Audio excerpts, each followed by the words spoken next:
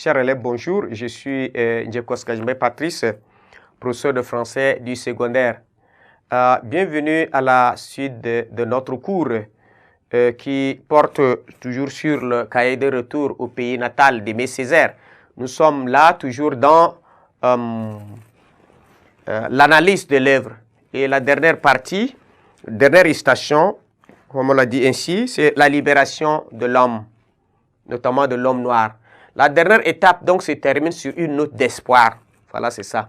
Et donc, le poète annonce la naissance d'un homme nouveau, débarrassé de tout complexe. Voilà, c'est ça. Puisqu'il a parlé, il a déploré la situation déplorable des Noirs. Il a pris conscience de ce qui nous a rendu, qui a rendu le Noir dans cette situation-là. Mais il a voulu aussi lui procurer un avenir, puisque l'homme est un être de devenir. Vous voyez ça. Et donc le poète annonce la naissance d'un homme nouveau, débarrassé de tout complexe. C'est-à-dire enlever de notre tête le complexe d'infériorité. Et il ne manque pas aussi de rappeler l'importance de l'apport des nègres au monde. On a apporté quelque chose. Si les pays occidentaux sont là, si l'Amérique était là, c'est par l'apport du nègre. Voilà, le sang du nègre a coulé sur leur sol. Voilà, il faut reconnaître ça. Et donc, ils ont participé à la construction de l'humanité, le nègre. C'est pourquoi il déclare que sa négritude n'est pas seulement pur retour aux sources, mais un humanisme. Voilà, c'est ça, c'est un humanisme. Elle a une valeur culturelle et politique adaptable à toutes les époques. Elle n'isole pas, mais rassemble. Voilà, c'est ça. Elle n'est pas racisme, mais elle est une école d'émancipation qui doit permettre à l'homme noir d'accéder à la civilisation universelle, d'où sa prière virile. Il va dire, ce n'est point par haine des autres races que je m'exige pécheur de cette unique race. Que ce que je veux, c'est pour la faim universelle et pour la soif universelle. Voilà ce qu'il a dit. Donc voilà, c'est l'humanisme qui est exprimé à travers l'œuvre ici.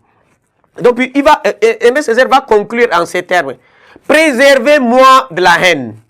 Ne faites pas de moi cet homme de haine pour qui je n'ai que haine. Voilà, c'est ça. Donc à travers cette prise de position, le poète pose les bases d'une libération intégrale de l'homme sans considération particulière de ses origines ou de sa race.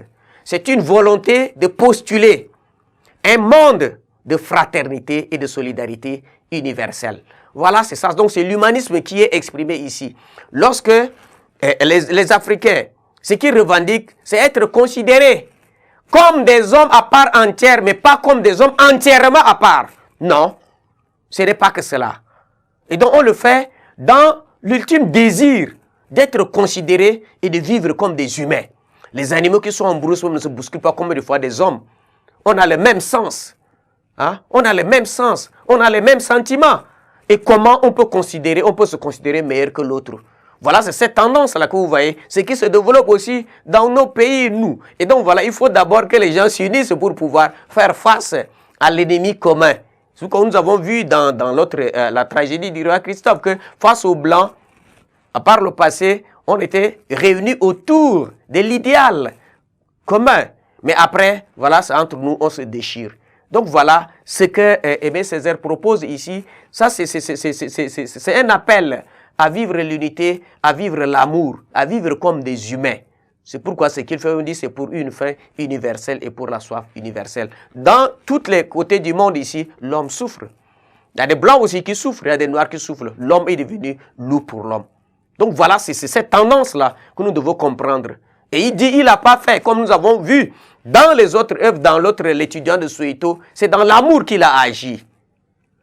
Il dit, ne faites pas de moi, ne faites pas de moi cet homme de haine pour qui je n'ai que haine. Vous voyez ça? C'est-à-dire que le blanc nous a lancé des jeux, mais nous ne pouvons pas retourner de la même manière contre lui. Si vous n'êtes pas méchant, il ne faudrait pas que la personne vous force à devenir méchant.